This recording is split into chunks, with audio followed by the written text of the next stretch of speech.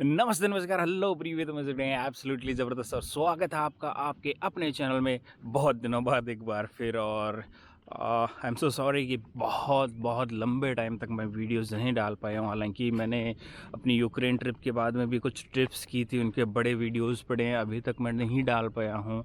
और आज ये अचानक से वीडियो डालने का रीज़न है कि यूक्रेन और रशिया में जो कॉन्फ्लिक्ट चल रहा है, हालांकि कॉन्फ्लिक्ट तो यूक्रेन का तो नाम ही नहीं ले सकते, रशिया ही कर रहा है। जो वॉर सिनेरियो अभी चल रहा है, यूक्रेन रशिया की लड़ाई, मतलब रशिया ने यूक्रेन से लड़ाई स्टार्ट करना शुरू कर दिया है।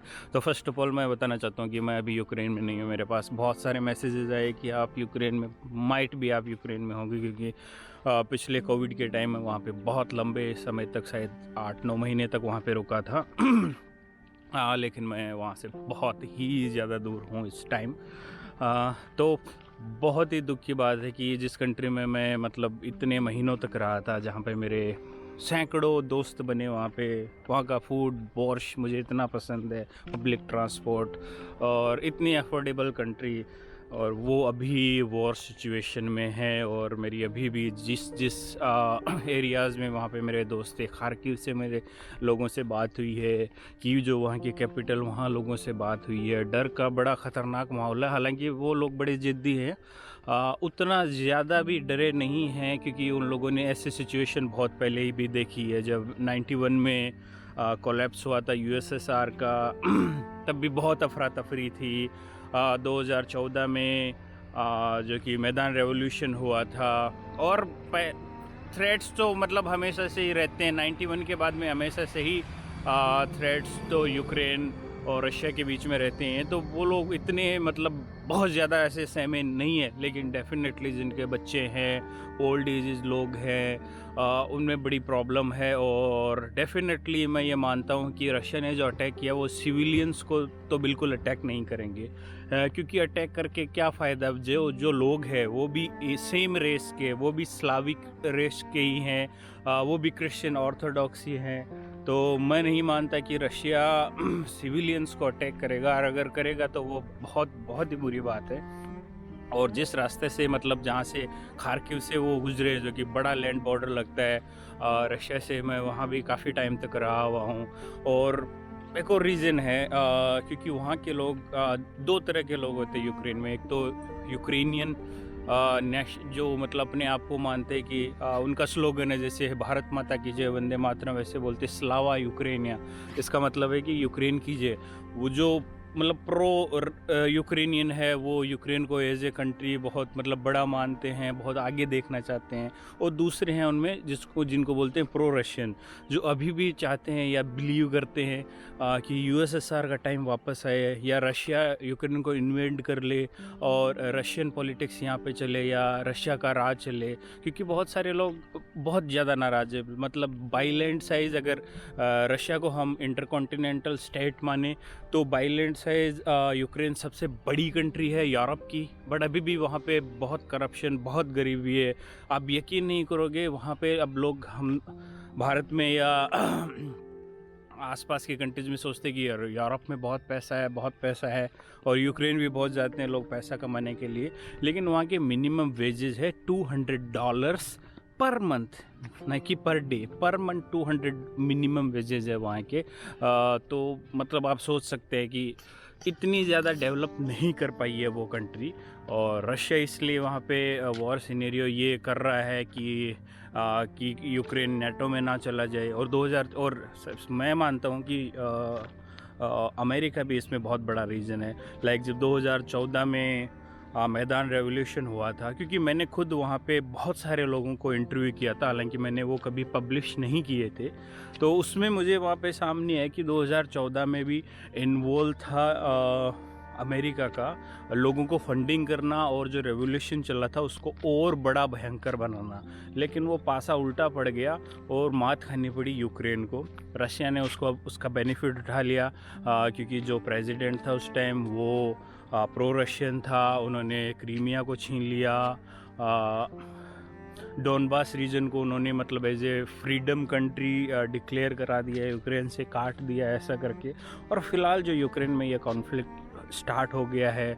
वर्ल्ड लेवल पे अभी भी कंट्रीज़ हेल्प करने नहीं उतरी है। उसका एक और रीज़न मैं मानता हूँ कि वीक पॉलिटिक्स करंटली यूक्रेन में, जो कि वहाँ का प्रेसिडेंट है जेलेंस्की करके, तो उसका कोई पॉलिटिकल बैकग्राउंड नहीं रहा हुआ है। वो एक कॉमेडियन, एक एक्टर था, और जो लास्ट प्रेसिडेंसी इलेक्शन हुए थे उससे पहले उनका एक कुछ शो था, उस शो में वो प्रेसिडेंट बना था, और लोगों ने उसको सिर पे चढ़ा लिया कि ऐसा ऐसा बंदा हमें एज ए प्रेसिडेंट चाहिए। और लोगों को लगा था कि अब तो सब कुछ चेंज हो जाएगा, जेलेंस्की प्रेसिडेंट बनने के बाद सब कुछ चेंज कर देगा, बट ऐसा नहीं हुआ, ऐसा कुछ भी नहीं हुआ। और यूक्रेन के लोग बहुत रिलाय करते हैं यूनाइटेड स्टेट्स पे कि अभी जो बिडेन की सरकार आई थी तो उनको ऐसा लगा था कि अब यूक्रेन के लिए बड़ा बेनिफिट होने वाला है, लेकिन जो बिडेन ने ऐसा कुछ नहीं किया जो कि बाकी पहले के प्रेसिडेंट करते आए हैं, यूक्रेन को रशिया के अगेंस्ट यूज़ करना लाइक दैट। और उन्होंने पहले भी ये थ्रेट्स फैला दिए थे कि रशिया इन्वेंट करने जा रहा है यूक्रेन को।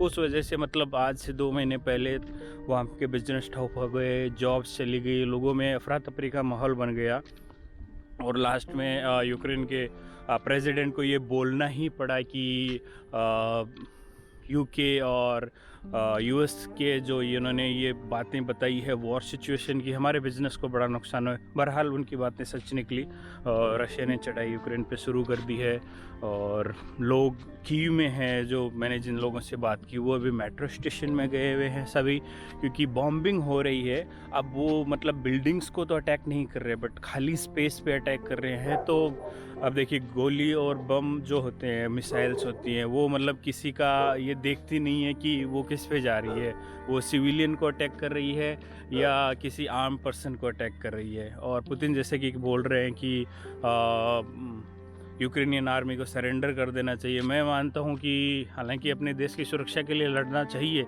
लेकिन वो कुछ भी नहीं है। यूक्रेन की आर्म फोर्स कुछ भी नहीं है रशियन आर्म फोर्स के सामने। अगर बाई साइज़ देखे, वेपन्स के हिसाब से देखे, कैसे भी देखे, कुछ भी नहीं है।